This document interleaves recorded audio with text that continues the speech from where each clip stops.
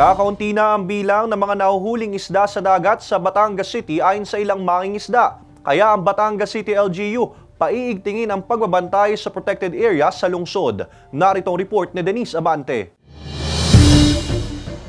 May 2 taon na raw nang tumigil sa pangangawil ang 51 anyos na si Norman na bagamat may kapansanan, hindi raw ito naging hadlang para makapagtrabaho. Kumpara raw kasi sa dami ng nahuhuling isda sa pamamagitan ng pangangawil noon, kakaunti na ang mga nahuhuli nila ngayon. Kaya mas pinili na lang niyang magbenta sa palengke para kahit iilang oras pa lang, may kita na at hindi raw gaanong pagod sa trabaho.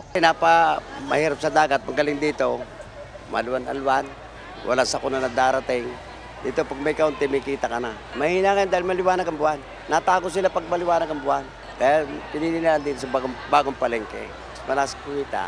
Ayon sa Batangas City Veterinary Office Fisheries Division, posibleng epekto ng pabago-bagong panahon at lokasyon ng dagat pangisdaan sa lungsod ang dahilan ng pagkaunti ng mga nahuhuling isda. May mga findings po talaga na dahil po sa epekto ng pag-init ng panahon, medyo nag-decline po yung dami ng isda sa karagatan. Dahil ho kami nasa Luok, medyo cove. Bago po makarating sa amin yung mga isda, ay nakukuha na po nung mga commercials sa labas. Sa Batangas City New Market, mas mataas ang bentahan ng mga isdang nahuhuli sa kawil gaya ng bisugo, tundos, lapu-lapu at muslo kumpara sa mga isdang galunggong at tulingan. Kaya kahit may kahirapan sa paghuli nito at pagbebenta, tinatsaga pa rin daw ni Aling Gorgonya na mailako ang nahuli ng mga anak at asawa. Sariwa-sariwa. Ito dito lang Batangas, pinamukan lang yan. Mas mahal. Karamihan na ng dadakip. Nawawala ng mga similya.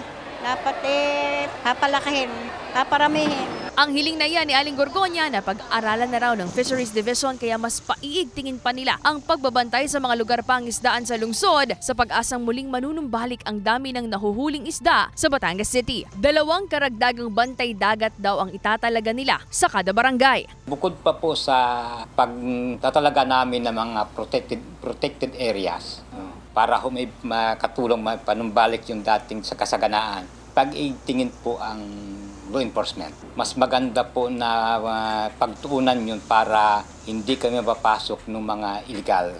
Either ho na ginagawa ng aming mga mangisda o yung mga taga-ibang lugar. Kasama si J.R. Manjares, Denise Abante, Balitang Southern Tagalog.